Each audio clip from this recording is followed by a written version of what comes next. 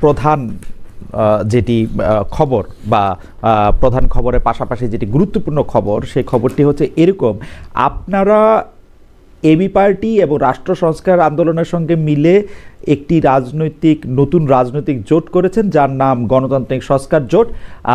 আমরা এর জন্য আপনাদের অভিনন্দন জানাই। আমার প্রশ্ন হচ্ছে, এই জোটের নেতৃত্বে কে আছেন? অর্থাৎ এই জোট যদি সরকার গঠন করে তাহলে প্রধানমন্ত্রী কে হবেন? ধন্যবাদ খালেক ভাই আপনাকে। আমার সমালোচক এবং দর্শক যারা দেখছেন সবাইকে শুভেচ্ছা। আমাদের দল গঠনের 9 মাসের মতো চলছে এবং অনেক কিছু পার হয়ে, অনেক ধরনের সমীকরণ, অনেক কৌশল, অনেক আলোচনা সমালোচনা পার হয়ে আমরা দীর্ঘ আলোচনার পর আমরা এই 3টা রাজনৈতিক দল একটা অবস্থানে আসতে পেরেছি, একটা পেজে আসতে পেরেছি এবং আমরা আশা করছি যে এই রাজনৈতিক জোটে আরো অনেকে যুক্ত হবেন, আমরা সেটা আহ্বানও জানাই।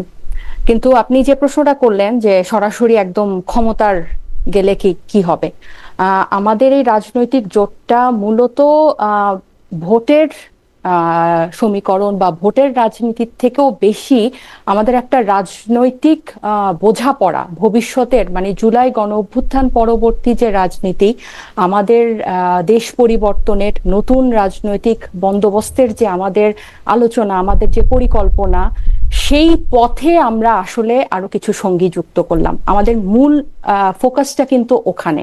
কেন ওখানে? কারণ গত 1.5 বছরে ভাঙা গড়া, মানে গত 15 মাসে বা গত 8-9 মাসে যে জিনিসটা আমরা সবচেয়ে বেশি রাজনীতির ময়দানে সবচেয়ে বেশি বাধা বা চ্যালেঞ্জিং মনে করি, সেটা হচ্ছে যে যারা পুরনো আছেন, মানে অনেক স্টাবলিশড রাজনৈতিক দল আছেন, তাদের সাথে আমাদের মৌলিক সংস্কারে যে আমাদের পার্থক্যটা এবং তাদের কাছ থেকে যে আমাদের বাধার যে একটা সম্মুখীন, তো আমাদের কাছে মনে হয়েছে যে এটা শুধু সামনের নির্বাচনটা এনসিপির রাজনৈতিক চলার পথে একটা অধ্যায়। তো সব ফোকাসটা যে আমাদের ওইখানে, এবং তখনই আমরা সরকার গঠন করে তাকে প্রধান।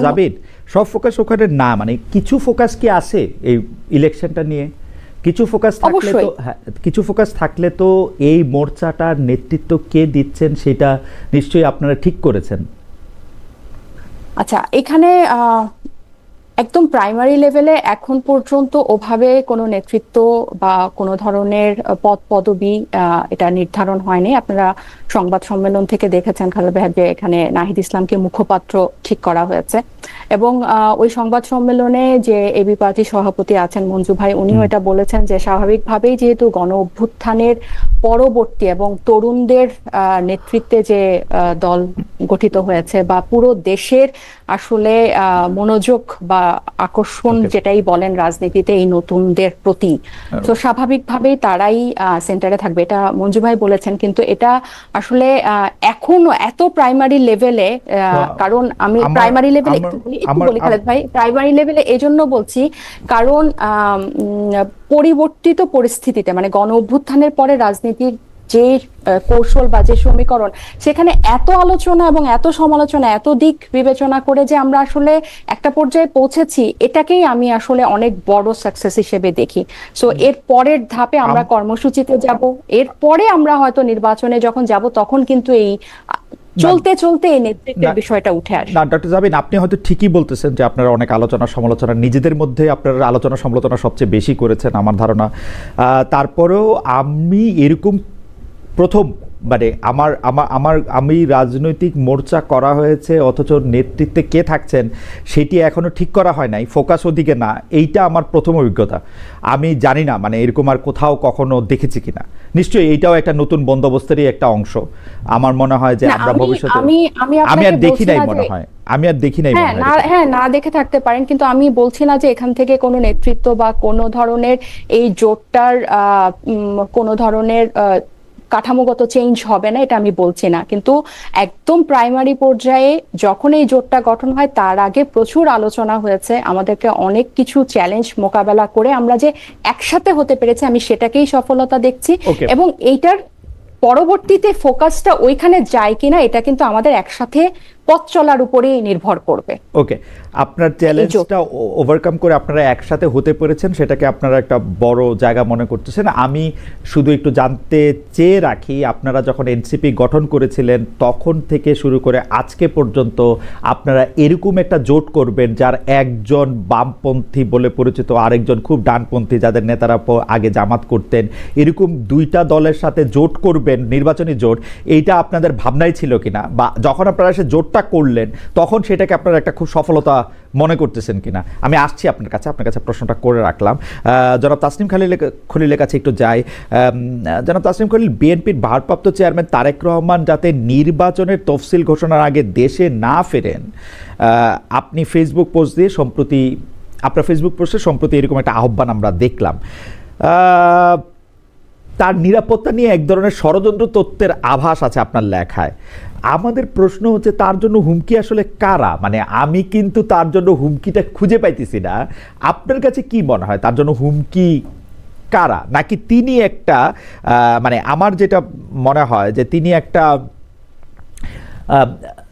ড্রাম বিটিং করতেছেন, এক ধরনের ড্রামাটাইজেশন করতেছেন, এক ধরনের তার কিছু ডার্টি লন্ড্রি আছে সেগুলি পরিষ্কার করতেছেন, এবং তিনি একটা এন্ট্রি নিবেন যে এন্ট্রিটাতে মনে হয় যে গড়র প্রতীক্ষায় আমরা ছিলাম সেই গড় চলে আসছেন। কারণ পুরো ব্যাপারটাই মানে যেটা মানে তার না আসাটা পুরোটাই আমার কাছে মানে খুব যৌক্তিক কোনো কারণ খুঁজে পেতেছি না। এখন যেহেতু তাসনিম খলিল ফেসবুকে একটা স্ট্যাটাস দিলেন, আমি আসলে আপনাকে খোঁজ করতেছিলাম গত 2-3 সপ্তাহ ধরে এটা জানার জন্য যে ইজ ইট লাইক মানে এর মধ্যে কি আছে আসলে। মানে আমি ফেসবুক স্ট্যাটাস দিলাম এই জন্য তারেক রহমানে দিল এরকম কিছু না, আপনি ফেসবুক দিলেন যেহেতু, আমি আপনাকে যতদিন ধরে চিনি, যখন থেকে আপনার পরিচয়, মানে আপনি যে খুব অকারণে দিছেন ব্যাপারটা এরকম মনে হয় নাই আমার কাছে, মানে জাস্ট একটা গাট ফিলিং থেকে দিছেন, এটা আমার মনে হয় না। দেখেন, আমি একটা জিনিস বলি, আমি তারেক রহমান কেন দেশে যাচ্ছে না বা তারেক রহমান কবে যাবে বা যাবে কিনা আদৌ, এগুলো তারেক রহমান এবং তার পার্টি ডিসিশনের ব্যাপার।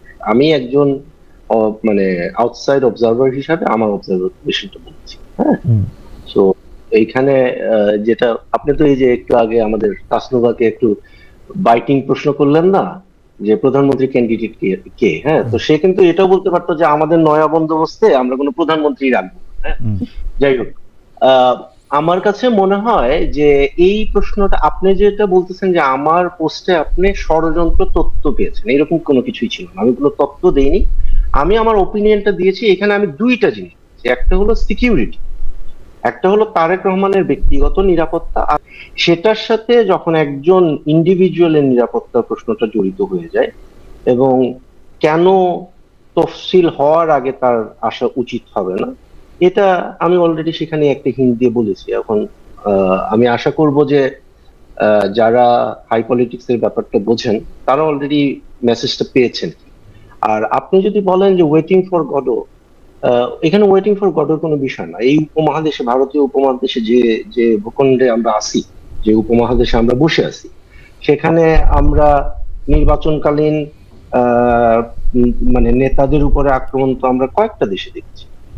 প্রেমাদাসাকে সম্ভবত গ্রেনেড ছুড়ে হত্যা করা হয়েছে, তারপরে আপনি ইন্দিরা গান্ধীকে হত্যা করা হয়েছে, বেনজির ভুট্টোকে সে যখন দেশে ফিরলো, এই তারেক রহমান যেভাবে ফিরবেন বলে বলা হচ্ছে, ওই রকম একটা সিচুয়েশনে বেনজির ভুট্টোর বহরে হামলা হলো এবং পরবর্তীতে তাকে অ্যাসাসিনেট করা হলো। তো নিরাপত্তা ঝুঁকি কি একেবারেই নাই তারেক রহমানের? এটা কি সবকিছুই আমরা ষড়যন্ত্র তত্ত্ব বলে উড়াই দিব? আর তারেক রহমান এখন দেশে আসছে না কেন, এবং মানে না আসায় আসলে তার লাভটা কি হচ্ছে আমি এটা বুঝতেছি।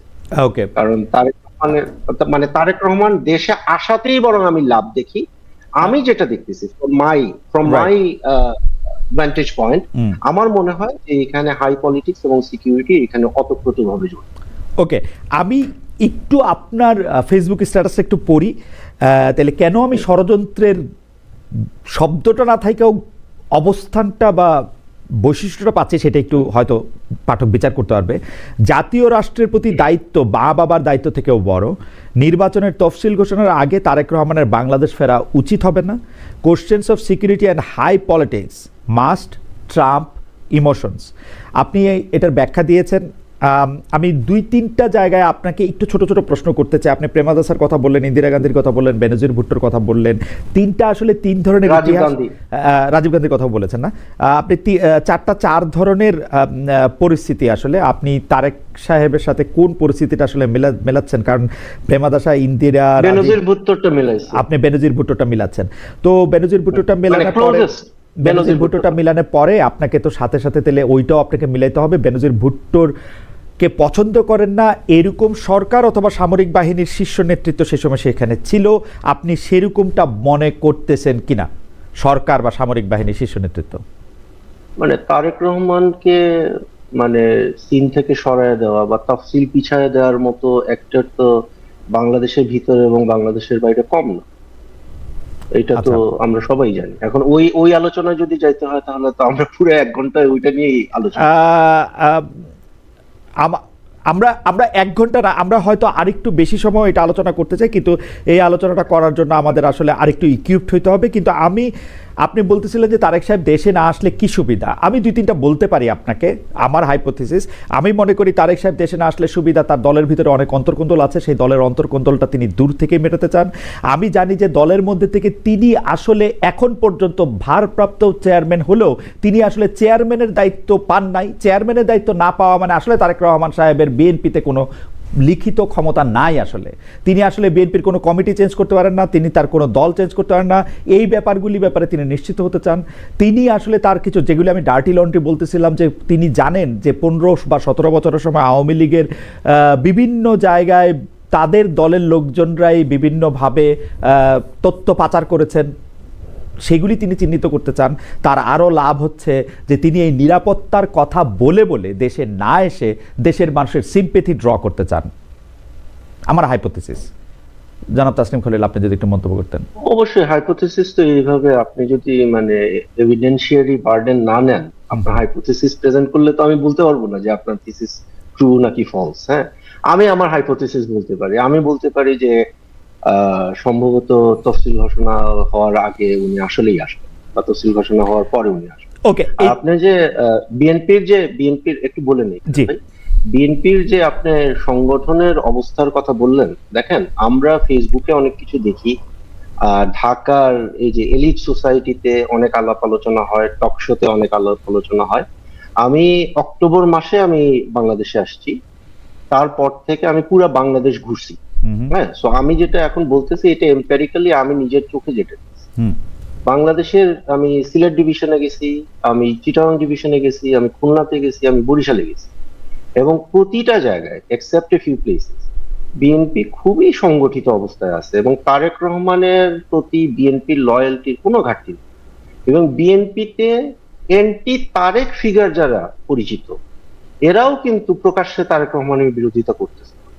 তো তারেক রহমান তার পার্টি সামলাতে পারবে না, বিদেশ থেকে তাকে সামলাতে হবে, দেশে গেলে বিপদে পড়ে যাবে, এটা আমার মনে হয় হাইপোথিসিস হিসাবে একটু উইক। ওকে, আমি এগ্রি করলাম। তফসিল ঘোষণা পরে কি নিরাপত্তা ঝুঁকি যেটা ছিল সেটা মানে কেন কমবে? মানে তাকে কি স্পেশাল কোনো ব্যবস্থা দেওয়া হবে বা কিছু করা হবে রাষ্ট্রের পক্ষ থেকে? আপনি এরকম মনে করতেছেন? এখানে আমরা এমন কোন ট্রিগার ইভেন্ট চাই না। আমি খুব মানে ওয়াইড একটা অ্যাঙ্গেল থেকে বলতেছি, কোনো ইন্ডিভিজুয়ালকে নিয়ে বলতেছি না।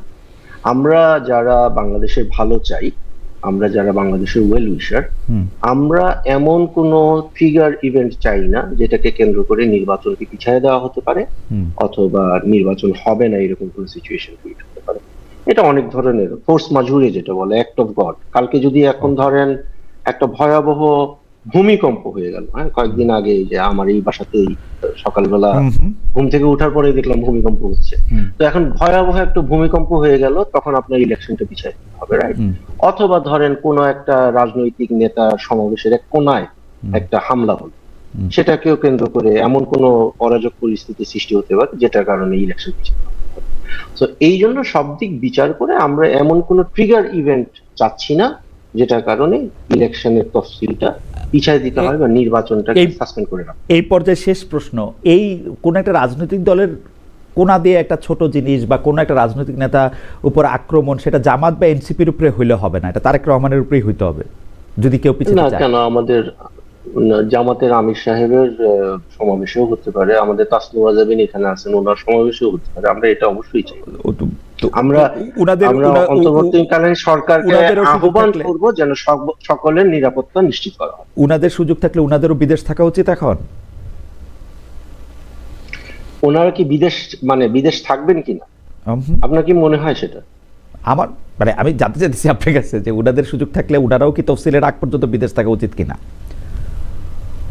না, তাই এটা তো তাদের ডিসিশন। তাদের কাছে যদি মনে হয় যে তফসিলের আগে তারা বিদেশে থাকবেন, তফসিলের পরে তারা বিদেশ থেকে ফিরবেন, এটা তো তাদের ডিসিশন। ওকে, এটা তো শফিকুর রহমান সাহেব তো নিয়মিত লন্ডন যাচ্ছেন, উনি কেন যাচ্ছেন সেটাও তার একটা হয়তো উনার কিছু অ্যাসেসমেন্ট আছে, তাই না? ওকে, তাসলিম খলিল, আপনাকে ধন্যবাদ। আমি একটু ডক্টর জাবিনের কাছে যাওয়ার আগে আমি একটু দর্শকদের মতামত পড়ি। নাইম খান সাহেব, উনি C7J, উনি আমাকে বলেছেন যে তারেক রহমান নিয়ে আপনার এত চুলকানি কেন খালেদ। আরেকজন বলছেন খালেদ ভাই, খালেদা জিয়া ভালো কিন্তু তার দল ভালো না, জামাত এটা বলে, কিন্তু আমার প্রশ্ন খালেদা আর বিএনপি কি আলাদা হয়? আমি একটু ডক্টর জাবিনের কাছে আসি। ডক্টর জাবিন, প্রথম যখন এনসিপি গঠিত হয়েছিল তখন এনসিপি নিজেদেরকে যেরকম একটি দল হিসেবে দাবি করেছিল বা আত্মপ্রকাশ করেছিল, এখন আপনারা এই পথ পাড়ি দিয়ে এসে যেটাকে আপনি চ্যালেঞ্জ বলছেন, আমি ভিতরে বাহিরে নানা ধরনের চ্যালেঞ্জই দেখছি। আপনাদের দলের একজন নেতা তিনি এরকম বলছেন, বাইরের বিএনপি আর জামাতকে কি করে সামলাবো, আমরা তো আব্দুল কাদেরকেই সামলাতে পারছি না। আমি বিএনপি এনসিপির একজন প্রার্থীর কথা বলছি যে তিনি এরকম কথা বলছেন। যে এই চ্যালেঞ্জটার পরে আপনারা এখন যে জোটটা গঠন করেছেন এবি পার্টির সাথে এবং রাষ্ট্র সংস্কার আন্দোলনের সাথে, এতে আপনারা আপনাদেরকে সফল মনে করেন কিনা? মানে আপনারা এই চ্যালেঞ্জটা অতিক্রম করেছেন, একটা ভালো জায়গায় এসেছেন, এরকম মনে করেন কিনা? হ্যাঁ, এটা আমি তো যখন লাস্টবার বলছিলাম, এটা অবশ্যই এটা একটা বিরাট সাফল্য। এই কারণে আপনি বলছিলেন না যে ডান ঘরানার বাম ঘরানার সাথে জোট করার কোনো পরিকল্পনা ছিল কিনা, বা আমরা যখন দল শুরু করি, আপনি দেখেন আমরা যখন দল গঠনের পরে আমাদের বিশেষ করে মৌলিক সংস্কার প্রশ্নে যখন ঐক্যমত্য কমিশনে ডিবেটগুলো হচ্ছিল, আমরা যখন আলোচনা সমালোচনাগুলো চলছিল, তখন কিন্তু আমরা দেখলাম যে এই আমরা যারা যারা কাছাকাছি আছি এবং তখন যে পরিমাণ ডিবেট করে আমরা শেষ পর্যন্ত জুলাই সনদকে গণভোট পর্যন্ত নিয়েছি, এবং এই পুরো প্রক্রিয়ার মধ্যে এই তিনটা দল কিন্তু আমরা কাছাকাছি ছিলাম। সো এই তিনটা দলের হয়তো আমি যেটা গত পরশুদিনও এক জায়গায় বলছিলাম যে সাংগঠনিক শক্তি হয়তো অতটা বেশি না, ভোটের মাঠে হয়তো দুর্বল, কিন্তু এই তিনটা দল কিন্তু সংস্কারপন্থী, এবং এটা শুধু সামনের 26-এর নির্বাচন পর্যন্ত না। আমি আপনাকে একটা ছোট্ট উদাহরণ দেই। আজকেই দুর্নীতি বিরোধী দিবসে তারেক রহমান সাহেব কিছু দুর্নীতির বিরুদ্ধে যুদ্ধে ওনাদের কিছু পরিকল্পনার কথা বলেছেন। তার মধ্যে প্রথমটা হচ্ছে স্বাধীন সাংবিধানিক প্রতিষ্ঠান, যেখানে দুদক আর নির্বাচন কমিশনের কথা উল্লেখ করেছেন। ওনারা কিন্তু সংস্কার প্রস্তাবে দুদকের প্রধান যে একজন নিরপেক্ষ বডি নিয়োগ দিবে সরকারের নির্বাহী ক্ষমতার বাইরে গিয়ে, সেটাতে কিন্তু ওনারা রাজি হয় নাই।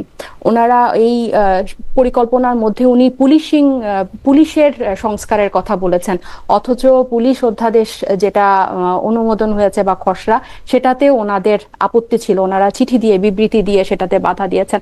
সো এই যে অঙ্গীকার ভঙ্গের যে একটা সংস্কৃতি বাংলাদেশের অতীত থেকে আছে, রাজনীতিতে আছে, এটা মোকাবেলা করার জন্য 26-এর পরবর্তী নির্বাচনেও কিন্তু আমাদের একটা জোরালো ভয়েস লাগবে, আমাদের একটা জোরালো জোট লাগবে। তো এই তিনটা দল কিন্তু আমার কাছে মনে হয় যে এসব প্রশ্নে অনেক জোরালো ভূমিকা রাখতে পারবে।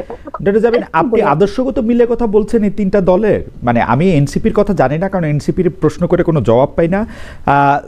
আদর্শগত মিল এবি পার্টি আর রাষ্ট্র সংস্কার আন্দোলনের মধ্যে আছে বলছেন না? আমি বলছি যে জুলাই গণ অভ্যুত্থানের যে আকাঙ্ক্ষা যেটা ছিল, যে আমাদের পুরনো যে নিয়ম কানুনগুলা ছিল রাষ্ট্র কাঠামোর, সেগুলোর পরিবর্তনের জন্য আমরা তো একদম শুরু থেকে সংবিধানের পরিবর্তন হয়ে গণপরিষদের মাধ্যমে চেয়েছিলাম, সেটা হয় নাই। সেখান থেকে জুলাই সনদের উপর অনেক আলোচনা হয়ে সর্বশেষ গণভোটে গেল।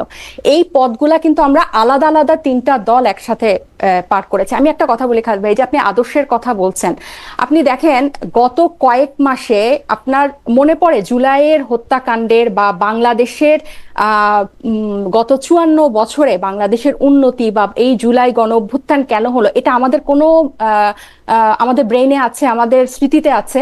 এটা পুরাটা ওয়াশ আউট হয়ে গেছে নির্বাচন দিয়ে, পুরাটাই, মানে একেবারেই। এবং আমি একটু কথা বলি, কার কথা বলছেন? এনসিপির ওয়াশ আউট হয়ে গেছে সেটা দেখতে পাচ্ছি, আমাদের আছে। আমি না না না, এটা ভুল বললেন।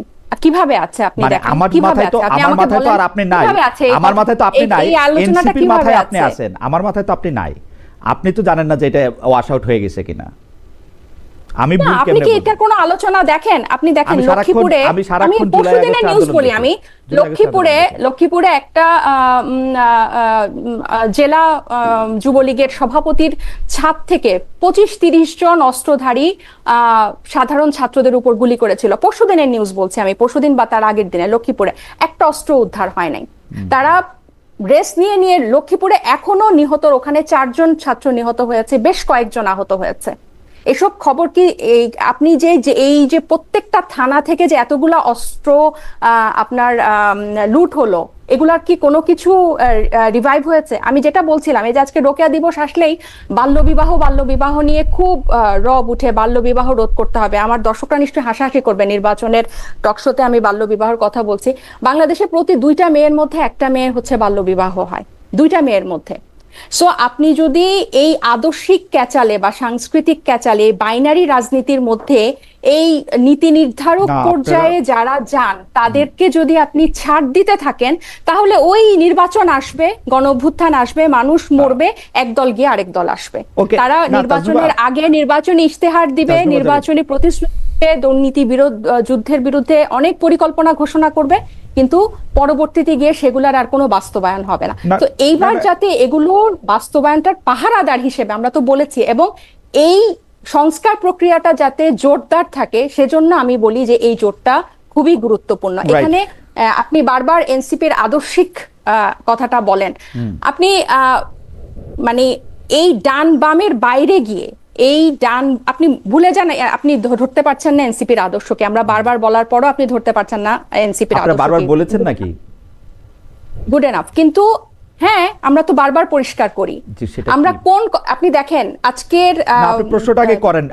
এই আপনাদের এই কথা নিশ্চয়ই আমরা শুনবো, অনেকবার শুনেছি। আপনি প্রশ্নটা করেন যে মানে ধরেন ডান বামের বাইরে গিয়ে, আমরা ডান বাম ধরেন রাষ্ট্র সংস্কার আন্দোলনকে যদি আমরা বামপন্থী ধরি, এবি পার্টিকে যদি আমরা বামপন্থী ধরি, তাহলে এনসিপি আসলে কোথায় দাঁড়ায় আছে? এনসিপির আলাদা অস্তিত্বটা কি? আমি যখন থেকে প্রোগ্রামের শুরু থেকে এই 3টা জোটের উদ্দেশ্য বলার পরও আপনি এখনো ওইখানেই আছেন যে আদর্শিক কেন এখানে কোনো মিল আছে কিনা। আমি যখনই বলছি যে এই পরবর্তী জুলাই পরবর্তী যে নতুন রাজনীতির কথা আমরা বলছি, নতুন বাংলাদেশ পরিবর্তনের যে কথা বলছি, মৌলিক সংস্কার কাঠামোর যে পরিবর্তনের কথা বলছি, সেগুলোর আলোচনাটা জারি রাখার জন্য, সেগুলোর আওয়াজটা জারি রাখার জন্য, সেটাকে রাজপথে আরো জোরালো করার জন্য আমরা একসাথে হচ্ছি। তারপরও আপনি ঘুরে ফিরে আদর্শিকে গেলে কি বাল্যবিবাহের প্রসঙ্গটা কেন আনলাম? আপনি বাল্যবিবাহের প্রসঙ্গ এনেছেন, ভালো করছেন। আপনি মৌলিক সংস্কার কাঠামোতে আমি আসি। আপনারা মৌলিক সংস্কার কাঠামোতেও কি এক জায়গায় দাঁড়ায় আছেন 3টা দল? আমার জানার জন্য জানতেছি আমরা কি জুলাই সনদের এই যেই সুপারিশগুলাতে আমরা একমত হয়েছি বা যেগুলা এই গণভোটে নেওয়া পর্যন্ত, এটাতে কি আমরা পুরা প্রক্রিয়াটাতে কি আমরা কাছাকাছি ছিলাম না? আমরা কি সাংবিধানিক প্রতিষ্ঠানগুলো নিরপেক্ষ নিয়োগ চাই নাই? আমরা তত্ত্বাবধায়ক সরকার ব্যবস্থাটার একটা নিরপেক্ষ নিয়োগ চাই নাই? এবং আপনাদের সবচেয়ে কাছাকাছি ছিল জামায়াতে ইসলামী, এই যেগুলি বললেন সেগুলির মধ্যে। তো তাদের সাথে তো আপনারা জোট করতে পারেন নাই। জোট ওনাদের সঙ্গে যখন করছেন তখন নিশ্চয়ই এটার একটা কারণ আছে, তাই না? আমি সেই কারণটা ধরতে চাইতেছিলাম। আমরা তো বিএনপির সাথেও জোট করি না, এখানে জামাত বিএনপির সাথেও করেন নাই। বিএনপি আপনাদের থেকে একটু দূরে ছিল, কিন্তু জামায়াত আপনাদের খুব কাছাকাছি ছিল। গণ অভ্যুত্থানের আগে ছিল 2টা দল, বিএনপি আওয়ামী লীগ, এবং গণ অভ্যুত্থানের পরে হয়ে গেছে এখন বিএনপি জামাত। 3টা দলই হচ্ছে পুরনো এস্টাবলিশমেন্টের এবং পুরনো চিন্তাধারার। এই জামাত ইসলামকে একজন নারী প্রার্থীও কেউ মনোনয়ন দিয়েছে? দেয়নি কিন্তু।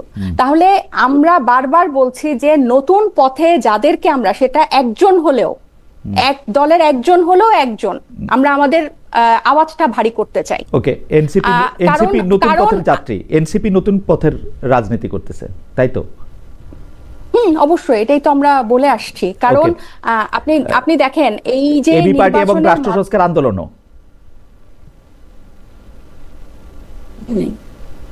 এবি পার্টি রাষ্ট্র সংস্কার আন্দোলনও নতুন বন্দোবস্তের রাজনীতিই করতেছে না। তারা তো তাদের মতো করে নিজস্ব 3টা রাজনৈতিক দল ছিল, কিন্তু আমরা এখন জোট হয়েছি কোন উদ্দেশ্যে, কিসের উদ্দেশ্যে? আমি উদ্দেশ্যটাই আপনাকে বারবার পরিষ্কার করার চেষ্টা করছি, উদ্দেশ্যটাই বলার চেষ্টা করছি যে আমরা এই ধরনের উদ্দেশ্যটা তো আপনি শব্দ বলতেছেন, সংজ্ঞায়ন করতেছেন না। আপনার কাছে মৌলিক সংস্কার আর এবি পার্টির কাছে মৌলিক সংস্কার কি এক? কেন? এই যে আমরা যেই রাষ্ট্র কাঠামোর যে সংস্কারগুলোর আমরা কথা বলেছি, এগুলা কি আপনার কাছে এক মনে হয় না? আমার কাছে তো জামায়াতে ইসলামীকে যেসব কথা আপনারা বলেছেন, জামায়াতে ইসলামীর সাথে আপনারা আরো অনেক বেশি এক ছিলেন, পুরোটা সময় আমি এটা দেখেছি। আপনারা ওদের সাথে করেন নাই, কিন্তু এবি পার্টি এবং রাষ্ট্র সংস্কার আন্দোলনের সাথে করছেন। এটা তো কোনো একটা যুক্তি বুদ্ধি থাকতে হবে তো, তাই না ডক্টর জাবিন?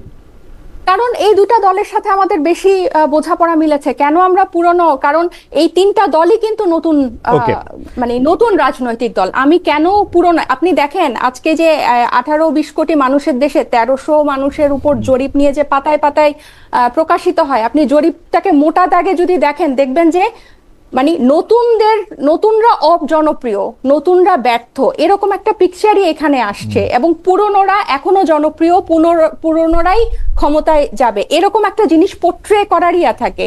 আপনার এই আপনার সংস্কারে শুধু মিল থাকলেই তো হবে না, সুপারিশে শুধু মিল থাকলেই যে আমরা তাদের সাথে জোট করে যাব তা না। আমি আপনাকে শুরুতেই বলছিলাম যে অনেক আলোচনার পরও কিন্তু, কারণ এই নির্বাচনটা কেন্দ্র করেই তো খালি জোটটা হয় নাই। ভবিষ্যতের রাজনীতি এটার পরেও আমি বলছি। ঠিক আছে, আমি মনে হয় আপনাকে মানে বুঝতে পেরেছি। আমি পরের আলোচনার মধ্যে যাই। এই প্রশ্নটা আসলে কমন, কিন্তু আমি প্রথমে একটু তাসনিম খলিলকে শুনতে চাই, পরে ডক্টর জাবিনকে আমরা শুনবো। যে তফসিল ঘোষণার কথা বলা আছে যে আগামীকাল বুধবার বা তার পরের দিন বৃহস্পতিবার জাতীয় নির্বাচনের তফসিল ঘোষণা করে। এখন পর্যন্ত আমাদের কাছে যা তথ্য, এটা আরও পিছাতে পারে, কিন্তু এই তফসিল পেছানো বা না পেছানো যাই হোক না কেন, ফেব্রুয়ারিতে জাতীয় নির্বাচন নিয়ে আর কোনো অনিশ্চয়তা কি আছে? ডক্টর জাবিনের কাছে যাওয়ার আগে জনাব খলিল কি মনে করেন, মানে আপনি কি আর কোনো অনিশ্চয়তা দেখেন ফেব্রুয়ারিতে ইলেকশন নিয়ে? না, আমি দেখি না। এখানে অনেক চেষ্টা চরিত্র হয়েছে মনে হয় ইলেকশন পিছানোর। আমরা তো একবার দেখলাম যে গভর্নমেন্ট জুন মাসের পরে ইলেকশন দিতে চেয়েছিল, বাট পরে সেখান থেকে সরে এসে তারা ফেব্রুয়ারিতে ইলেকশন করবে এরকম একটা ঘোষণা দিল। তফসিল কালকেই হয়ে যাওয়ার কথা আমরা যতদূর শুনতেছি, বা এর পরের দিন হবে। এর পরে আমার মনে হয় একবার তফসিল ঘোষণা হয়ে গেলে এই এন্টায়ার সিস্টেম, আপনি তো অ্যাডমিনিস্ট্রেশনের ছিলেন, আপনি জানেন যে নির্বাচনকালীন সময়ে রাষ্ট্র পুরোপুরি মানে অন্য একটা ট্রেনে উঠে যায়, না অন্য একটা লাইনে উঠে যায় ট্রেন। তো এরপর থেকে বাংলাদেশ একটা নির্বাচনী ট্রেনের মধ্যেই থাকবে, যেটা আবার ইউনূস সাহেবের একেবারে প্রথম থেকে এটা ওনার অন্যতম ওয়াদা ছিল জাতির কাছে, যে উনি একটা গ্রহণযোগ্য ভালো নির্বাচন করবেন। এবং কালকে বা পরশু তফসিল ঘোষণা যদি করে ফেলে নির্বাচন কমিশন, আমার মনে হয় যে এটা ওই ওয়াদার একটা দিকে একটা পদক্ষেপ হবে, পজিটিভ একটা পদক্ষেপ। ওকে, তফসিল ঘোষণা তো হয়ে যাবে, আপনি বলছেন কালকে বা পরশু হলে হবে। নির্বাচনে অনিশ্চয়তা আপনি দেখতেছেন না, মিডিয়ার রোলটা আপনি কিরকম দেখতেছেন? স্পেসিফিক আমি একটা ঘটনার কথা উল্লেখ করি। সেই ঘটনাটা হচ্ছে যে আমরা দেখলাম একটা টেলিভিশনের একজন অ্যাঙ্কার এবং তার সাথে তার একজন গেস্টের যে কথাবার্তা, মানে এই পুরোটা নিয়ে মিডিয়ার মধ্যে কিন্তু এক ধরনের আলোচনা এরকম আছে যে এটা কিরকম হইতেছে, মানে এটা কোনটা হওয়া উচিত? আপনি কি মনে করেন তাসনিম খলিল, এটা কোনটা হওয়া উচিত? মানে কাউকে কারো পছন্দ হবে না। আমি আপনাকে বলি, যমুনা টেলিভিশনে একটা শো হয়েছে, সেই যমুনা টেলিভিশনের শো এর যে একজন অ্যাঙ্কার আছেন, সেই অ্যাঙ্কার একটা প্রতিবাদ জানিয়েছেন একটা কথায়, একজন রাজনীতিবিদের কথায়, এবং সেই রাজনীতিবিদদের কথায় প্রতিবাদ জানানোর পর কেউ তাকে অনেক শাবাশি দিচ্ছেন, কেউ তাকে খুবই বাজে ভাষায় নিন্দামন্দ করতেছেন।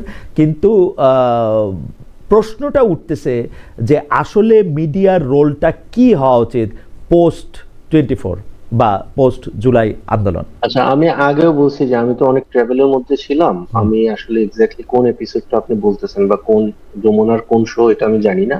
ওকে, বাট আমি খুব ব্লাইন্ডলি আমি একটা গেস করতেছি, ওই গেস কি জামাতের কেউ ছিল? জামাতের রাইট রাইট। আচ্ছা, জামাতের যদি হয় তাইলে ভাই এটা মানে এটা ধরেই নিতে পারেন যে গেস যদি আপনি যদি জামাতের কাউরে এখানে ডেকে নিয়ে আসেন এবং তার সাথে তো যদি আপনার একটা ডিসএগ্রিমেন্ট হয়, মানে আমার সাথেও আপনার ডিসএগ্রিমেন্ট হয়েছে একটু আগে, তাসনুবার সাথে একটু আগে ডিসএগ্রিমেন্ট হয়েছে, আপনারে কিন্তু আইসা গালাগালি কুৎসিত কথাবার্তা বলা আমি আশা করি একটু কম হবে।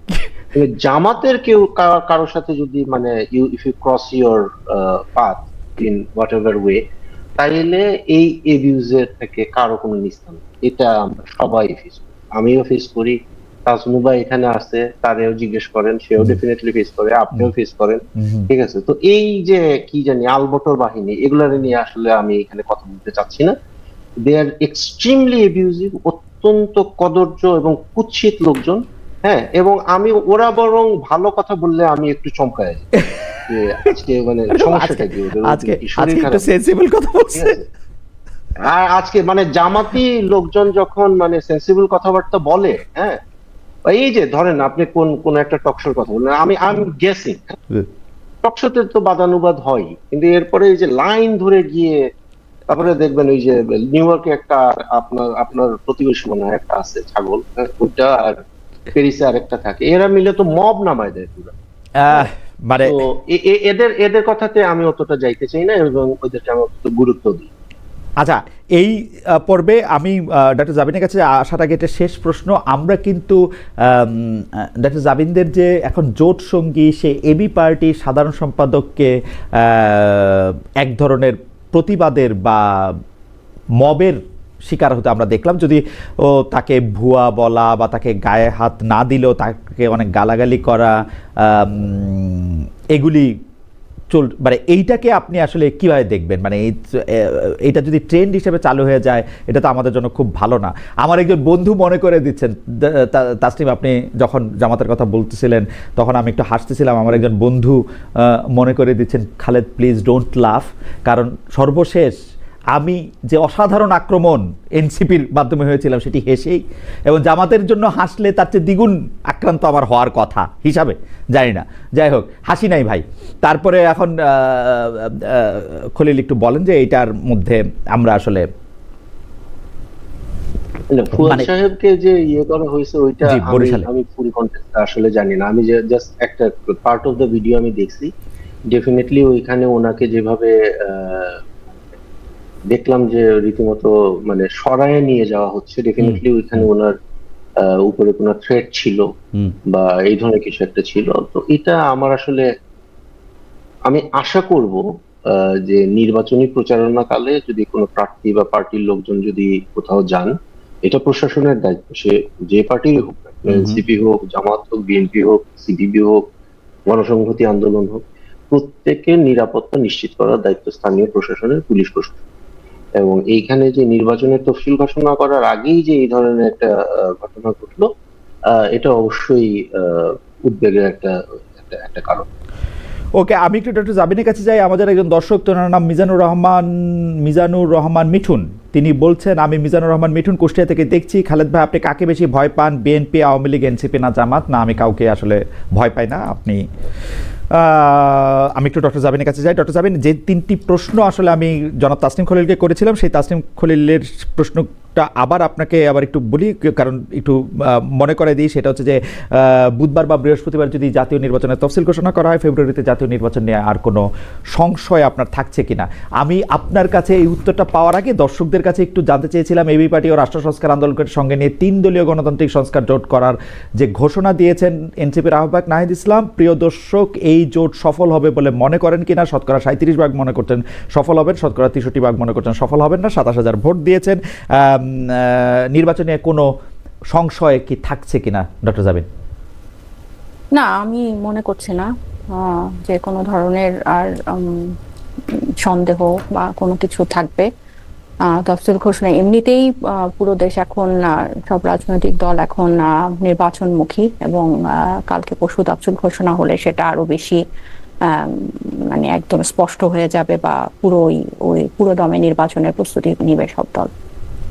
ওকে, মিডিয়ার কথা আসছিলাম না, মিডিয়ার কথা মানে আমি কি প্রশ্নটা করব, 2 মাস আমরা কিভাবে পার করব, 1 2 হচ্ছে কিভাবে এটা মত প্রকাশ করব। এই যে আমি তো তারও মানে তাদের রাজনৈতিক সমালোচনা করছি। ডক্টর জাবিন, আমি মেয়েদের ব্যাপারটা যদি একটু আলাদা করে রাখি, কারণ এটা আমার জন্য, আমি আসলে তাসনিম যতটা বিরক্তি নিয়ে বলছেন না যাই নাই, আমারও ততটা বিরক্তিই লাগে আসলে কোনো একটা মানুষকে তার প্রতিপক্ষ হোক বা তার বিরুদ্ধ মত হোক, তাকে আসলে মানে ব্যক্তিগত পর্যায়ে আক্রমণ করা, এবং মেয়ে হইলে সেটা বেশি করা। কিন্তু আমি একটা জিনিস শুধু জানতে চাই ডক্টর জাবিন, আপনার কাছে কি মনে হয় না যে বাংলাদেশে এই ট্যাগিং, এই সংঘবদ্ধ আক্রমণ, এইটা আওয়ামী লীগের পরে এনসিপি সবচেয়ে বেশি করছে?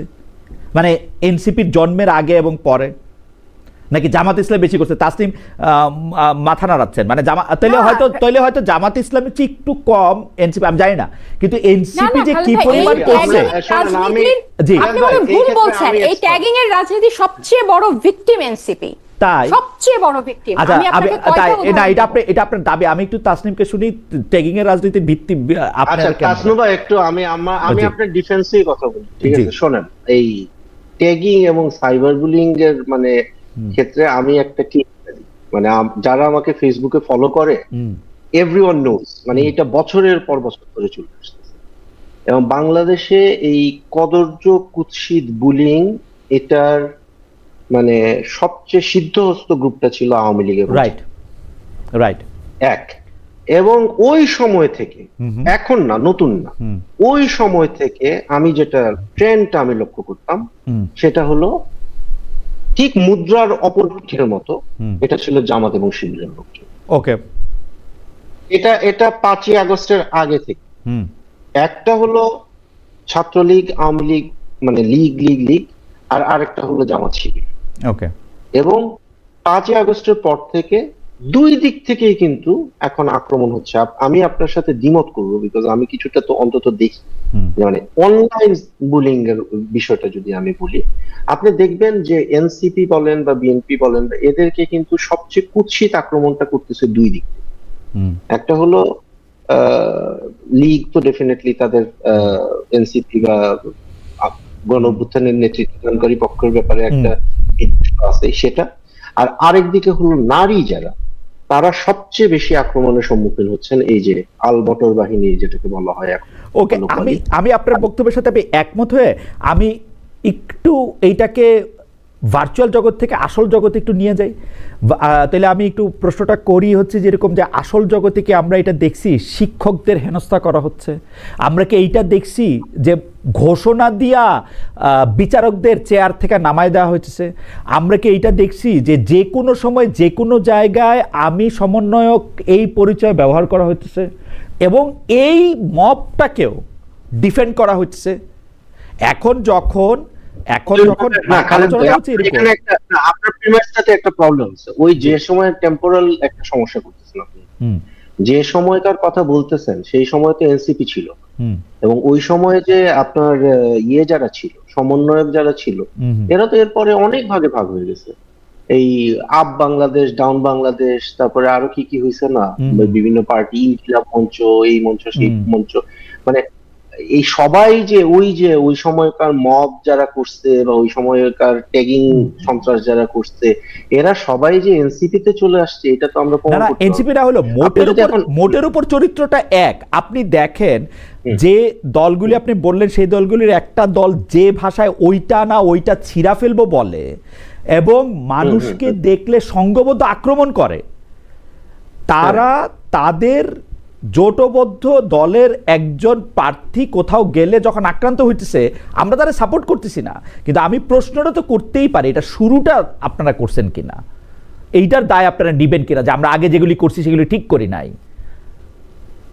আচ্ছা, এটা মনে হয় এটা আমি তাজনুলের কাছে জিজ্ঞেস করতেছি যে আপনারা আগে যেগুলি করছেন সেগুলি ঠিক করছেন ভাই। আমি আপনার সাথে কমপ্লিটলি দ্বিমত। এটা আপনার পারসেপশন, এটা হতে পারে, কারণ আপনার নিজের হয়তো ব্যক্তিগত অভিজ্ঞতাটা এখানে মার্জ হয়ে যাচ্ছে। এটা যখন আমি আমার একটা ব্যক্তিগত অভিজ্ঞতার কথা বলি নাই, আমি একটু আমি শেষ করি বিচারকদেরকে বাইর করে দেওয়া, না এটা তো শিক্ষকদেরকে এটা তো দূর করে আপনি, দেওয়া, জুতার তাসনিম মালা ভাই দেওয়া বললেনই। মানুষকে, না না আমি এটা সেগুলি কথা তাসনিম ভাই বলছি। বললেনই, আপনি সারা দেশের সমন্বয়কদেরকে যদি একটা একটা দলের করে ফেলেন, হ্যাঁ এনসিপির করে ফেলেন, এটা একটা কমন থিং হয়ে গেল না। গণ অভ্যুত্থানের সব ধরনের সমালোচনা, সব ধরনের দোষ, সব ধরনের ব্যর্থতা সব হচ্ছে এনসিপির এই দলের এই সাইডের।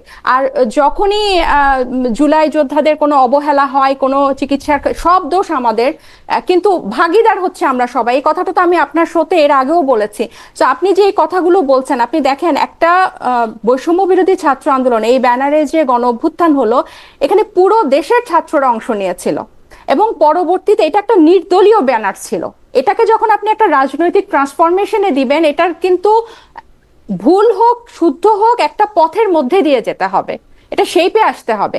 এখন তখন যা যা হয়েছিল, এটার জন্য যদি এখনো এটাকেই কোরিলেট করে আপনি বলেন যে এটার সূত্রপাত আমরা করেছি, এটা অত্যন্ত ভুল কথা। কারণ এটা সবচেয়ে বড় ভিকটিম, আমি যেটা বলছি, এই যে ট্যাগিং করা বা এই ধরনের সবকিছুর মানে ফোকাসটা এনসিপির উপর রাখা, বা এই নতুনরা বিশেষ করে এই সবগুলোর বয়ানটা গিয়ে কোথায় শেষ হয়, যে নতুনরা পুরানোদের মতো। সব জায়গায় এস্টাবলিশমেন্টটাই যে নতুনরা পুরানোদের মতো, এটা এস্টাবলিশ করারই কিন্তু আসলে নতুনরা পুরানোদের মতো না, অবশ্যই না। কারণ এবং আমি এটাও স্বীকার করি যে 15 মাস বা 9 মাস যথেষ্ট না এটা প্রমাণ করার জন্য। এইটা বুঝতে পারি যে 15 মাস বা 9 মাস প্রমাণ করা যথেষ্ট না হলে আপনাদের যে মিল আছে, মানে সেইটা তো বোঝা যায়। এটা হচ্ছে এই যে আপনি আজকে এটা হচ্ছে এই মিলটা যে আপনারা মাইক্রোস্কোপ দিয়ে খুঁজে বের করেন, আপনারা দেখেন মাইক্রোস্কোপিক্যাল মিলগুলা খুঁজে বের করেন, আর যেগুলো ম্যাক্রোস্কোপিক্যাল মিল ওগুলো আপনাদের আমি আসলে ডক্টর জাবিন আমি আসলে সরি, পুরনো রাজনৈতিক দলগুলোর থেকে আপনাদের কোনো অমিলে আমি দেখি না, একটিও না। আপনি একটু আমাকে একটু সময় দেখি না, আমি একটিও দেখি না। আপনি একটু সময় দেন আমাকে। জি বলেন, অমিল বলেন তো একটা দুইটা ধরেন। আপনি বিএনপি বা জামাত বা আওয়ামী লীগকে, আপনি বিএনপি জামাত আওয়ামী লীগকে ধরেন, আপনি শুনেন, আপনি এনসিপির যতজনকে চেনেন, যতজনের চেহারা নাম জানেন, এরা কয়টা পরিবার থেকে আসছে, আমাদের কি লিগেসি আছে?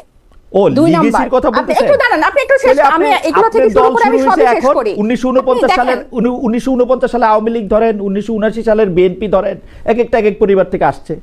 যখন শুরু হয়েছে তখন থেকে ধরবেন তো। এখানে বাংলাদেশের শাসন কাঠামোতে পরিবারতন্ত্র, ব্যক্তিতন্ত্র ছাড়া কখনোই কোনো রাষ্ট্র কাঠামো ছিল না। আপনি আমাকে শেষ করতে দেন, আপনি আমাকে অমিলগুলো আরেকটু দেখাতে দেন,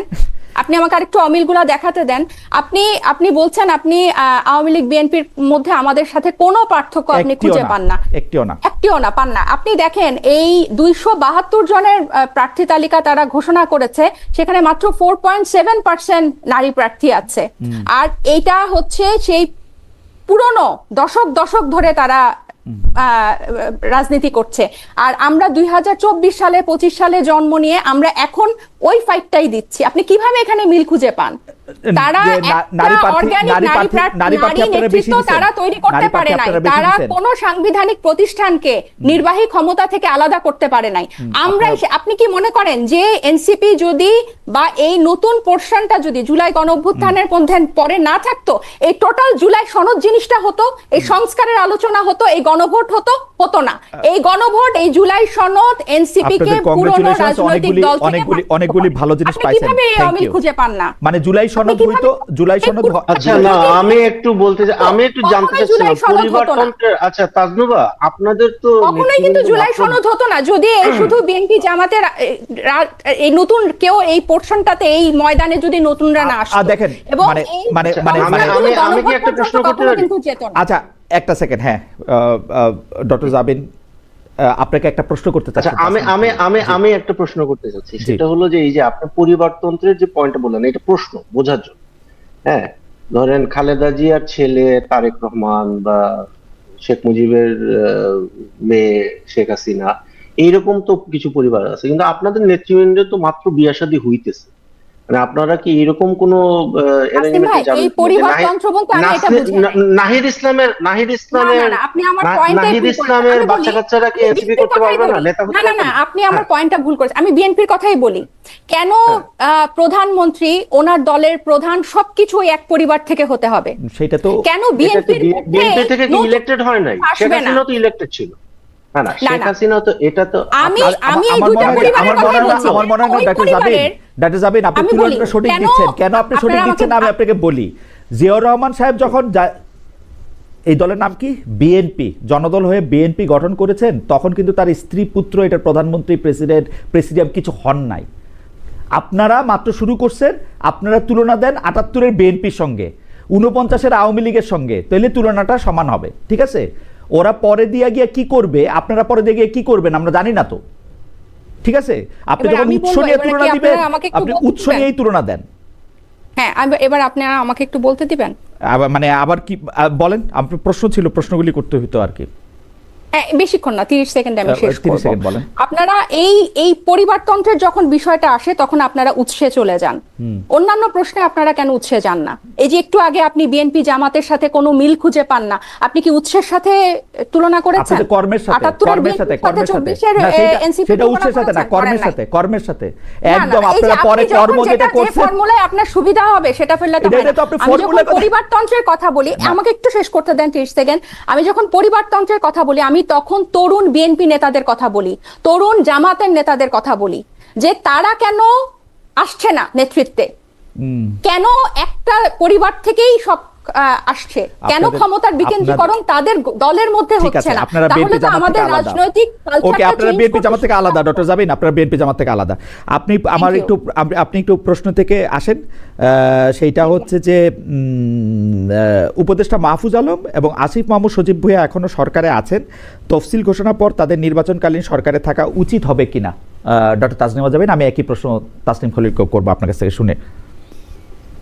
মানে তফসিল পরবর্তী তাদের নির্বাচনকালীন সরকারে তাদের- থাকা উচিত কিনা তফসিল ঘোষণার পরে? এখনো সরকারে আছেন এটা তো তারা। এটা হচ্ছে প্রথমত এটা তারা যদি নির্বাচন আপনাদের করেন, দাবি তাদের হবে কিনা আরো আর কি, আগে সেটাও জানতে চাচ্ছিলাম আর কি। যদি তারা দুজন নির্বাচন করেন, একজন তো যদি নির্বাচন না করবেন করেন, বলেছে। যদি নির্বাচন না করেন, নির্বাচন না করলে তারা এটা থাকতেই পারেন, এটা তাদের মানে নিজেদের বিষয় হবে। তবে আমার ব্যক্তিগত বিষয় হচ্ছে, মানে আমার ব্যক্তিগত মতামত হচ্ছে না থাকাটাই ভালো হবে। আচ্ছা, মানে ব্যক্তির মতামতের কথা বলছেন জনাব তাসনিম খলিল, আপনি না কি থাকাটা বলবেন? ভালো হবে, তারা কি এনসিপির অংশ? কারণ এনসিপির অংশ না, কিন্তু তারা ছাত্র নেতা এবং তারা এই এনসিপির অনেক নেতারা একসাথে রাজনীতি করেছে, তাদের একসাথে চলাফেরা। সো নির্বাচনকালীন সময়ে তারা, এটা আমি আবার বলছি আমার নিজের মত, তারা নির্বাচন করুক বা না করুক, তারা সরকারে না থাকাটাকেই আমি ভালো মনে করি। এমনি এনসিপির কোনো মত কি আছে, মানে আপনাদের না, এরকম আমরা তো আমাদের নিজেদের নির্বাচনের প্রস্তুতি নিয়ে আমরা আমাদের সরকারে কে ব্যস্ততা আছে? যাচ্ছে। সরকারে কে এখানে আছে? উপদেষ্টাদের কি চিন্তা করছে এটা দলীয়ভাবে ঠিক করার তো আসলে মনে হয় না কোনো সুযোগ আছে। ওকে, এইটা নিয়ে জনাব তাসনিম খলিল, আপনার কাছে কি মনে হয় যে এখনো সরকারে আছেন, তফসিল ঘোষণার পর নির্বাচনকালীন সরকারে তাদের থাকা উচিত হবে কিনা? ওরা তো এনসিপির অংশ না, যদি না অংশ হয় তাহলে অবশ্যই সরকারে থাকবে, আমি তো কোনো সমস্যা দেখি না। তারা তো ডেফিনেটলি গণ অভ্যুত্থানের প্রতিনিধি হিসাবে যখন তারা সরকারে গেছেন তখনও তো এনসিপির জন্মই হয়নি। এখন এনসিপি যদি একটা ইলেকশন কন্টেস্ট করে এবং এনসিপির সাথে তাদের মানে কি বলে অফিসিয়াল কোনো সম্পর্ক না থাকে, তাইলে আমি তাদের পদত্যাগ করা বা সরকারে না থাকার আমি কোনো কারণ নেই। আমারও মনে হয় যে মানে সরকার এতদিন আছেন, নির্বাচনটা করেই যান, তারা নিশ্চয়ই খুবই ভালো উপদেষ্টা, ডক্টর মোহাম্মদ ইউনূস তাদেরকে খুব রিলায়ও করেন। তারা যদি ইলেকশন না করেন, তারা, আমারও মতামত, তারা আসলে নির্বাচনটা করে গেলেই ভালো করবেন। আমাদের একজন দর্শক একটি মন্তব্য করেছেন, মামুন হোসেনের নাম খালেদ সাহেব কখন যেন বলে বসে জুলাই আন্দোলনী মব, আমি সে অপেক্ষায় আছি। ইন্টারেস্টিং। আমি একটু ডক্টর তাসনিমা জাবিন আপনার কাছে প্রশ্ন করতে চাই, যে যেটা কমন প্রশ্নের শেষ প্রশ্ন, নির্বাচনে আওয়ামী লীগ থাকছে না, সেক্ষেত্রে কথিত মুক্তিযুদ্ধের পক্ষ বিপক্ষ শক্তি, আমি এটা অবশ্য মানি না, আমার কাছে আওয়ামী লীগকে মুক্তিযুদ্ধের সবচেয়ে বিপক্ষে শক্তি মনে হয়েছিল যতদিন তারা ক্ষমতায় ছিল। ভোটের মাঠে এটা আর কোনো ফ্যাক্টর কিনা, কারণ তারা মুক্তিযুদ্ধের সবগুলি পয়েন্ট অস্বীকার করছিল। কিন্তু ঘটনা হয়েছে এখন যারা আওয়ামী লীগের এগেনস্টে কথা বলে তারা প্রথমেই মুক্তিযুদ্ধকে দুইটা গালি দিয়ে নেয়। এইটা কেন করে এটার কোনো মানে আমি এটা ঠিক জানি না। আমি একটু তাজনুবা জাবেনের কাছে যাই, যে এইটা আপনি আসলে কি মনে করেন যে এই ক্ষেত্রে আওয়ামী লীগ না থাকার ক্ষেত্রে এই ভোটগুলি কোনো ফ্যাক্টর কিনা ভোটের মাঠে? আমার মনে হয় না। রিসেন্টলি অনেকগুলো জরিপে যে জিনিসটা স্পষ্ট যে মানুষ ভোটের জন্য মুখায় আছে, প্রায় 92% মানুষ ভোট দিবে এটা বলছে, এবং আমরাও দেখছি সবাই ভোটের ব্যাপারে খুবই পজিটিভ। সো আমার কাছে মনে হয় না যে এটা খুব বেশি কিছুই ম্যাটার করবে। আর সবচেয়ে বড় কথা যে এই জুলাই যারা দেখেছে সেটা এটার পরে আসলে আওয়ামী লীগ নিয়ে কথা বলা, তাদের ভোট ব্যাংক, কথিত ভোট ব্যাংক, যে 16 বছর ধরে ভোটই হয় নাই, সেই ভোট ব্যাংক নিয়ে আলোচনা করার কোনো অবকাশ আছে বলে আমার কাছে মনে হয় না। কারণ যেই দলগুলো গণতান্ত্রিক ফ্রেমওয়ার্কের মধ্যে আছে, রাজনীতি চর্চার মধ্যে আছে, তাদেরকে নিয়েই সামনের নির্বাচন হবে এবং জনগণ এই কয়েকটা দলের মধ্যে থেকেই তাদের প্রতিনিধি বেছে নেবে। তাসনিম খলিল, আপনার কাছ থেকে যদি একটু শুনি। কি প্রশ্নটা কি? প্রশ্নটা হচ্ছে যে কথিত আওয়ামী লীগের ভোট না বলে মুক্তিযুদ্ধের পক্ষ বিপক্ষে শক্তির ভোট বলা হইতেছে, ওরকম ওইটা কোনো ফ্যাক্টর হবে কিনা? যারা মুক্তিযুদ্ধের পক্ষে আছেন তারা যারা রাজনীতিতে অংশগ্রহণ করবেন তাদের মধ্যে থেকে কাউকে ভোট দিবেন কিনা, বা যারা নির্বাচন অংশগ্রহণ করবেন? না, এখানে মুক্তিযুদ্ধের পক্ষ বিপক্ষের তো কোনো ব্যাপার না। আওয়ামী লীগের যেমন একটা ছিল, আওয়ামী লীগের একটা বড় ভোট ব্যাংক ছিল তাদের স্টেটেড সেকুলারিজমের পক্ষে বা প্রোগ্রেসিভ ভ্যালুজ এর পক্ষে, বা সাম টু অ্যান এক্সটেন্ট মুক্তিযুদ্ধের চেতনার পক্ষে, যেটা হ্যাঁ। তো এটা আমার মনে হয় যে অতটা খুব একটা যে গুরুত্বপূর্ণ ছিল সেটা না। আমাদের একটা জিনিস বুঝতে হবে যে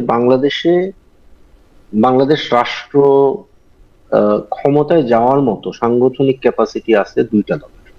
হ্যাঁ, একটা ছিল আওয়ামী লীগ, যেটা এখন মৃত, ইটস গন। এটা আওয়ামী লীগ কখনো ফেরত আসবে না, এটা আমি আগেও বলছি। History, Awami League is dead, Awami League is history. আর আরেকটা হলো বিএনপি। হ্যাঁ, তো এখন যে জায়গাটায় আমরা আছি সেটা হচ্ছে যে বিএনপির বিরুদ্ধে একটা বিরোধী দল হয়ে, শক্ত বিরোধী দল হয়ে কে উঠবে, এটাই আমরা আসলে সামনের 2-3টে ইলেকশনে দেখব। এটা এখন একদিকে জামাত ডেফিনেটলি চাচ্ছে প্রধান বিরোধী দল হয়ে উঠতে, এবং আমার কাছে মনে হয় যে এইখানে সবচেয়ে প্রমিজিং অ্যাক্টরটা ছিল এনসিপি, যারা মানে এত কিছু বলার তো আসলে এখানে স্পেসটা নাই, বাট জামাত কখনোই এনসিপি কে ওই জায়গাটায় দেখতে চায় না। এবং যে কারণে আজকে যে কি বলে এই এবি পার্টি এবং রাষ্ট্র সংস্কারের সাথে তাদের যে জোট, আমি মনে করি যে এটা একটা খুব ইউজলেস টাইপের অ্যালায়েন্স হবে, with all due respect to Tajnuba here. আমি মনে করি যে এনসিপির একটা প্রমিস ছিল, এবং এই প্রমিসটা এখনো আছে, যে ভোটের রাজনীতি তারা যদি আসলে করতে চায় তাহলে তাদেরকে ওই যে বিএনপির বিরুদ্ধে একটা বিরোধী দল হিসেবে দাঁড়িয়ে নিজেকে একটা অল্টারনেটিভ হিসেবে রেডি করা, এই কাজটা তাদের আগামী ইলেকটোরাল পলিটিক্সে আমার মনে হয় করা উচিত। আর আওয়ামী লীগের ভোট ম্যাটার করবে কিনা, আওয়ামী লীগের ভোট স্প্লিট হয়ে যাবে। আওয়ামী লীগের ভোট বেশিরভাগ, আমি মানে গ্রাউন্ডে কথা বলে যেটা আমি মানে বুঝতে পারলাম, যে আওয়ামী লীগের বেশিরভাগ ভোট যেগুলা ফ্লোটিং ভোট ছিল বা sympathetic two Awami League vote ছিল, এর একটা বড় অংশই এখন বিএনপির দিকে চলে যাচ্ছে, কিন্তু অলরেডি গেছে। কিন্তু তাসনিম, আপনার কাছে কি মনে হয় না যে এনসিপি তার যথাসাধ্য চেষ্টা করছে বিএনপির বিরুদ্ধে দাঁড়ায় একটা রাজনৈতিক নতুন পথ বা আলো এরকম দেখানোর জন্য? প্রতিটা জায়গার মধ্যেই তো বিএনপিকে আজকে, এটা ডক্টর জাবিন ঠিকই বলছেন যে জুলাই সনদের মধ্যে থেকে বিএনপিকে দিয়ে যেগুলি আসলে সই করানো সম্ভব হয়েছে, সেইটা তাদের ওরকম একটা শক্ত অবস্থান না হলে এটা হয়তো নাও হইতে পারতো। আপনার কাছে মনে হয় না যে তারা চেষ্টা করছে? আমার কাছে, আমি তো এনসিপি কে নিয়ে খুবই আশাবাদী ছিলাম, এনসিপি কে আমি খুবই ক্লোজলি ফলো করি, আমার কাছে মনে হয় যে এনসিপি সকালে কি বলে সেটা বিকালে তার মনে থাকে না, বিকালেই যা মনে নাই সেটা আবার তাদের সন্ধ্যাবেলা মনে পড়ে, এবং রাতের বেলা ডিসিশন চেঞ্জ হয়ে যায়। তো এটা খুবই কি বলে আনপ্রেডিক্টেবল একটা পার্টি এখন পর্যন্ত। তাজনুবা যেটা বললেন না, এই যে এখন একটা জোট হয়েছে 3 দলের, এটা কি এই 3 দলই থাকবে, নাকি এখান থেকে আরেকজন বাদ পড়বে, নাকি আরো 3 জন এসে ঢুকবে, এটাও কিন্তু আমরা জানি না।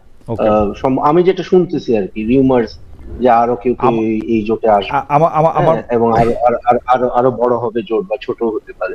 তো আমরা আসলে জানি না এনসিপি কি করবে। এটা এনসিপির কেউ যদি জানে তাহলে আমার মনে হয় যে তাকে কংগ্রেচুলেট করা উচিত। আমার লাস্ট প্রশ্ন, সেই লাস্ট প্রশ্নটা আমি একটু তাজনুবা দিয়ে শুরু করতে চাই। না, আলোচনা আপনি করতে পারবেন, আপনারা যতক্ষণ থাকেন, যতক্ষণ আমার সময় দেন, আমি সব প্রশ্নটা করি। তাজনুবা কিছু বলতে চাইছিলেন, তাহলে বললে আমি এই আপনাদের দুইজনের এই কথার প্রেক্ষিতে একটু বলতে চাই, যদি সময় থাকে, সময় না থাকলে না বলেন।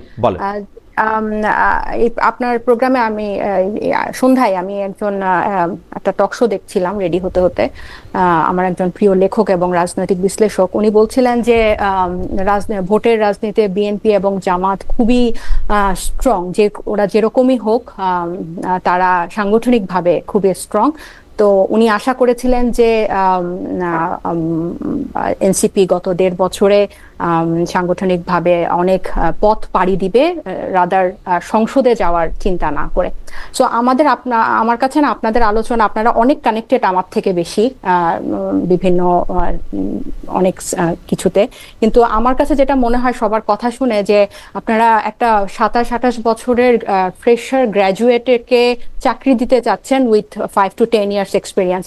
মানে 8 মাসে, প্রথমত এনসিপি হয়েছে 8 মাস। আমরা যতবারই বলি যে আমাদের একটা দীর্ঘমেয়াদী পরিকল্পনা আছে, আমরা একটা রাজনীতির আলাদা একটা ভরকেন্দ্র হতে চাই। আমাদের আহ্বায়ক সাহেবও বলেছেন যে আগামী 10 বছরের মধ্যে আমি এই দলকে সরকার গঠনের পর্যায়ে নিয়ে যেতে চাই। তারপরও কেন জানি আপনাদের আশা হতাশা সবকিছু এরকম, যে একটা গণ অভ্যুত্থান হয়েছে, কয়েকটা ছেলে মেয়ে ফেরেশতা হয়ে গেছে, একটা বেহেশতের মতো একটা জায়গায় আমরা রাজনীতি করতে আসছি, এবং এখানে কোনো দ্বিমত থাকতে পারে না। যেটা সঠিক আমরা ঠিক সেটাই করব, এখানে কোনো কিছু নেতিবাচক হতে পারে না, তারা কোনো ভুল করতে পারে না, তাদের অভিজ্ঞতা নাই, কিন্তু তাদের সব সিদ্ধান্ত হতে হবে একদম পাক্কা খেলোয়াড়ের মতো, তাদের সব কথা হতে হবে, তাদেরকে পুরনোর মতো হওয়াই যাবে না। তাসনিমের কথা শুনে আপনি এগুলো আমি এতটুকু আপনাদেরকে একটু শেষ করি খালেদ ভাই, মনে হলো না আপনাদের দুজনের আলোচনায় আমার কথা শুনে মনে হলো, মানে আমার আর তাসনিমের কথা শুনে আপনার মনে হলো অনেক হতাশা ছিল।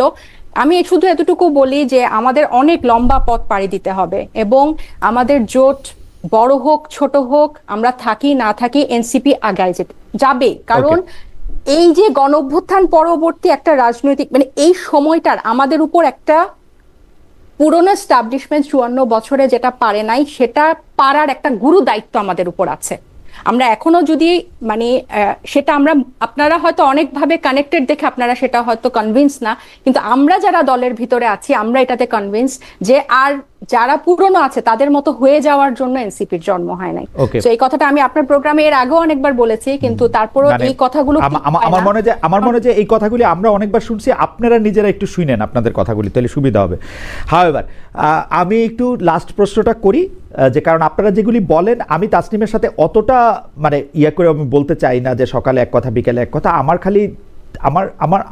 খালি একটাই অনুরোধ, আপনি এখন যে কথাগুলি বললেন, আমার এক বন্ধু বলছেন যে আপনি ঠিক কথা বলতেছেন, আমার কাছে মনে হয় আপনাদের কথাগুলি আপনারাও নিশ্চয়ই শুনবেন, আমরা তো শুনবই, আমরা শুনছি, আরও শুনবো, কিন্তু আপনারাও শুনেন। আমার লাস্ট প্রশ্নটা আমি করি, 90-এর পর থেকে জাতীয় পার্টি যতবার ভেঙেছে সেখানে সামরিক গোয়েন্দা ডিজিএফআইয়ের একটা প্রভাব রেখে এসেছে। এখন আমরা আবার আনিসুল ইসলাম মাহমুদ, আনোয়ার হোসেন মঞ্জুর নেতৃত্বে নতুন জোটের আত্মপ্রকাশ দেখলাম, তাদের সাম্প্রতিক রাজনৈতিক ক্যান্টনমেন্ট দ্বারা নিয়ন্ত্রিত হচ্ছে বলে অভিযোগ রয়েছে। সামরিক গোয়েন্দা ডিজিএফআই ক্যান্টনমেন্ট মুক্ত হবে, নতুন রাজনৈতিক বন্দোবস্ত, সেই আকাঙ্ক্ষা কি বিলীন হয়ে গেছে কিনা? এইটা আসলে হিসাবে তাসনিমকে আগে করতে হইতো, প্রশ্নটা পরে তাজনুবাকে। আমি কি এইভাবেই করব? তাসনিমকে আগে একটু বলবেন, কারণ যেটা কানেক্টেড বলছিলেন ডক্টর জাবিন, সেটা বোধহয় তাসনিমের সাথেই বেশি কানেকশন সবার, সেই জন্য আমরা একটু বলি যে এইটা কি আসলে সামরিক গোয়েন্দা ডিজিএফআই এর একটা প্রভাব? আপনারা তো হাইলি কানেক্টেড। না, আই নট কানেক্টেড, আমি লাইক ইনফর্মড যে আপনি খালেদ ভাই কি কারো কোটেশন দিচ্ছেন জাতীয় পার্টিকে নিয়ে?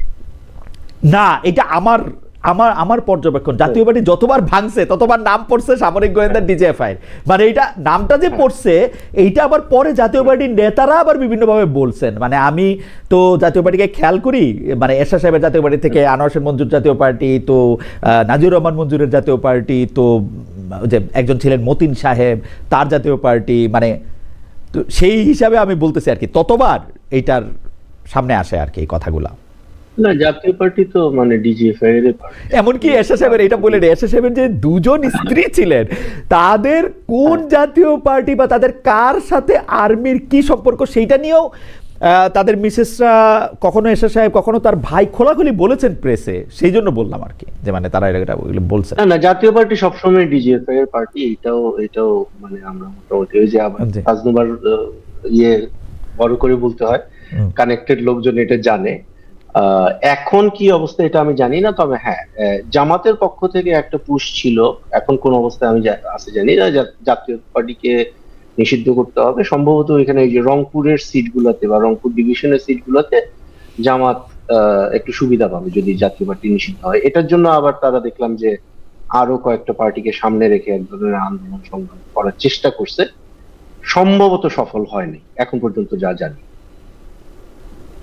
ওকে, মানে আপনার কাছে তাহলে একটু এক লাইন কি শুনতে পারবো যে এই দলটার মানে যেটাকে আপনি আসলে রাষ্ট্র সংস্কার আন্দোলন এবং এবি পার্টি এবং এনসিপির অ্যালায়েন্সটাকে আপনি বলছেন প্রিটি মাচ ইউজলেসই হয়তো হবে, এই পার্টিটাকে আপনার খুব ইউজফুল মনে হয়? এটা কোনো একটা প্রভাব বিস্তার করতে পারবে এই অ্যালায়েন্সটা? জাতীয় পার্টির ইউজফুলনেস হলো যে it is the most useless political actor in Bangla, এটাই তাদের ইউজফুলনেস। ঠিক আছে, এটা একটু প্যারাডক্সিক্যাল বাট দ্যাটস দ্য মানে বিকজ তারা এত ইউজলেস এই জন্যই তারা হাসিনার কাছে এত ইউজফুল ছিল। ওকে, মানে অতটা ইউজলেস হওয়াও একটা আসলে কোয়ালিফিকেশন। হ্যাঁ, ইউজলেস মানে কোন একটা পক্ষের পক্ষে অ্যাবসলিউট ইউজলেস হয়ে যাওয়াটা কিন্তু এক ধরনের অ্যাচিভমেন্ট, নেগেটিভ অ্যাচিভমেন্ট হিসেবে বলতেছে। সো জাতীয় পার্টি হলো ওই লেভেলের ইউজলেস। আর আপনার যে প্রশ্নটা ছিল যে এনসিপির যে জোটটা এখন তাজনুভা খুবই আহত। আমার মনে হয় আপনারা তো যেহেতু আপনি নতুন পলিটিক্যাল পার্টি, আপনারা রাজনীতিবিদ, আপনারা যখন এটা আমি খুব ফ্রেন্ডলি একটা কাউন্সিল হিসেবে বলতেছি, আপনারা যখন আমাদের মতো সাংবাদিকদের সাথে বসবেন আমরা আপনাদেরকে অনেক ক্রিটিক করব, আপনাদের শুভাকাঙ্ক্ষী হইলেও ক্রিটিক করবো, আপনাদের শত্রু হইলেও ক্রিটিক করবো, এত আহত হয়েন না। হ্যাঁ, আপনার বিষয়গুলো আপনি একটু উত্তেজিত হয়ে গেছিলেন সম্ভবত, এই জন্য আমি বলতেছি। আমি মনে করি আমি আগেও বলছি যে আমরা এনসিপি কে সফল হিসেবে দেখতে চাইছিলাম। হ্যাঁ, জামাত কি করতেছে বা এবি পার্টি কি করতেছে বা এই যে কি জানি আরেকটা রাষ্ট্র সংস্কার আন্দোলন কি করতেছে, এটা নিয়ে কিন্তু আমাদের অত মাথা ঘামাইও নাই, কোনোদিন আমরা কথাও বলি নাই। আপনাদের প্রতি আমাদের আশা ভরসা ছিল এবং আমরা অত্যন্ত বেদনার্থ বলতে হবে যে আপনারা এখন পর্যন্ত আমাদের চোখে, অবজেক্টিভ জার্নালিস্টদের চোখে, আপনাদের পলিটিক্যাল মিশন যেটা ছিল যে নতুন একটা বাংলাদেশ আপনারা উপহার দিবেন বলছিলেন, সেই 24 অগাস্ট মাস থেকে বলে আসতেছেন, আপনারা সেটা দিতে ব্যর্থ হয়েছেন। এখন এই কথাটা বলার মানে কিন্তু আপনাকে খারিজ করে দিচ্ছি না, এই কথাটা বলার মানে হচ্ছে যে আমরা আপনাদেরকে অনুরোধ করতেছি যে আপনারা আবার ড্রয়িং বোর্ডে ফেরত যান, আমাদের গুডউইল আপনাদের সাথে আছে এবং আপনারা আসলেই একটা শক্ত বিরোধী দল এবং কোনো না কোনো সময় একটা পাওয়ার পার্টি হিসাবে আপনারা বাংলাদেশের পলিটিক্সে আসেন, এটাই আমরা চাই। তো আপনি যদি আহত হয়ে থাকেন আমি আপনার কাছে সরি বলবো। প্রশ্নটা করি একবারে বললেন আর কি। আমি আমার জায়গা থেকে বলি, বাংলাদেশের রাজনৈতিক দলগুলির মধ্যে বিএনপি বাদে আওয়ামী লীগের জন্ম আমার জন্মের আগে, বিএনপি এবং জাতীয় পার্টিকে আমার জন্মের পরে জন্ম নিতে দিচ্ছে, এবং আওয়ামী লীগের, বিএনপির, জাতীয় পার্টির, জামাতে ইসলামের কোনো রাজনৈতিক দলের প্রতি আমার কোনো ধরনের কোনো প্রত্যাশা কখনো তৈরি হয় নাই। এবং আমি কখনোই এর কোনো রাজনৈতিক দলের জীবনে কোনো ভোট দেই নাই, কিন্তু এনসিপি যখন প্রথম রাজনৈতিক দল করে আসছে, আমারও তাসনিম মানে রাজনৈতিক দলের আগেও যখন নতুন বন্দোবস্তের কথা বলছে, আমারও অনেক আশা ছিল। আমি এত সরাসরি তাসনিমের মতো বলতে পারবো না, কারণ তাসনিম অনেক সরাসরি কথা বলে। আমি বলতে পারবো না যে আমার সমস্ত আশা ভঙ্গ হয়েছে, কিন্তু আমি বলতে পারি যে আমার 95% আশা ভঙ্গ হয়েছে, ওটুকু পর্যন্ত আমি যাইতে পারি। এবং আমি এনসিপির দিয়া আর আশা দেখতে পারবো কিনা সেটা আমি জানি না, মানে এখনো জানি না আর কি। তাজরুবা যদি প্রশ্নের এই কথারও জবাব দেন, আর প্রশ্নের আর আহত না হওয়ার ক্ষেত্রে তাসনিম সরি বলছেন, আমি আরও 10 বার সরি বলতে রাজি আছি। আপনারা আমার খুবই প্রিয়, আপনারা কখনো কোনো কারণে আমার আচরণে দুঃখ কষ্ট পাইলে আপনারা মাফ করে দিন।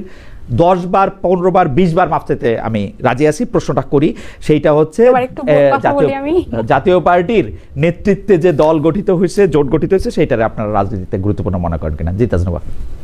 আচ্ছা, আপনারা দুজনই যেভাবে মাফ চাইছেন, মানে আমি থ্যাংক ইউ দিই দলের পক্ষ থেকে যে আপনার 5% আছে, আর তাসনিম ভাইয়ের এখনো গুডউইল আছে আমাদের সাথে। সো সব মানে জুলাইও সব আশা যেখানে শেষ হয়ে গিয়েছিল, এরপর থেকেই আসলে আমাদের শুরু। আমি এতটুকু দৃঢ়ভাবে বিশ্বাস করি এনসিপি বাংলাদেশের ভবিষ্যৎ, সেটা ব্যর্থতার মধ্যে দিয়ে যাক আর যেসব চ্যালেঞ্জের মধ্যে দিয়ে যাক, ওই 5%কে 100% ইনশাল্লাহ আমরা করতে পারবো। যদি করতে পারি, আমরাই করতে পারবো।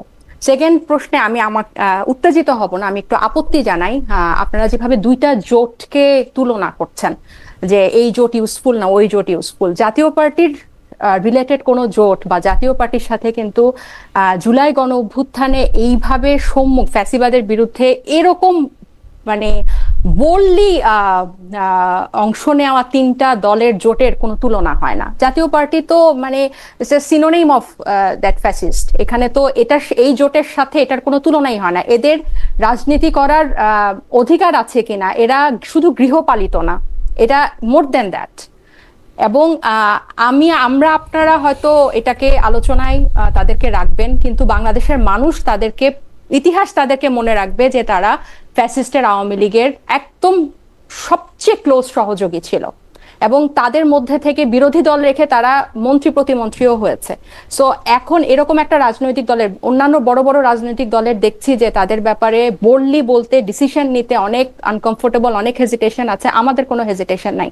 আপনারা কিভাবে এই 3টা জোটের সাথে, তারা কি জোট করছে না করছে তার সাথে আপনারা গণঅভ্যুত্থান পরবর্তী 3টা রাজনৈতিক দলের জোটের তুলনা করেন, এটা আমার কাছে খুবই আপত্তিকর লাগলো। যে এটা ইউজফুল না ওটা ইউজফুল, আপনাদের আমিও আপনাদেরকে আহত করতে চাই না, কিন্তু এই তুলনাটা খুবই আমার মনে হয় আপনি জোর করে যে আমার মনে হয় ব্যাপারটা জোর করে তুলনার কাছে নিয়ে আসলেন। আপনি একটু যাবেন, আমরা দুইটা আলাদা প্রসঙ্গে দুইটা আলাদা কথা বলছিলাম। ওরকম ছিল, কাছাকাছি ছিল। আমি একেবারেই কাছাকাছি ছিল না, আপনি একদমই ভুল বুঝছেন। আবার একটু দেখেন ভাবে যে ওই 3টা আমার মনে হয় যে এটা আপনার প্রতি, আপনার মনে হয় যে আপনার এটা কষ্ট কল্পনা যাবেন, আমার মনে হয় যে আপনার এটা কষ্ট কল্পনা, এটাকে মনে করছেন কিনা? আপনার এটা কষ্ট কল্পনা। কারণ হচ্ছে যে আমি কষ্ট কল্পনা না, এই দুইটা দলের বা জোটের কোনো তুলনা করাও হয় নাই, দেওয়া হয় নাই। আমি প্রশ্নটা করছিলাম শব্দ ধরে, শব্দ ওই না, কিন্তু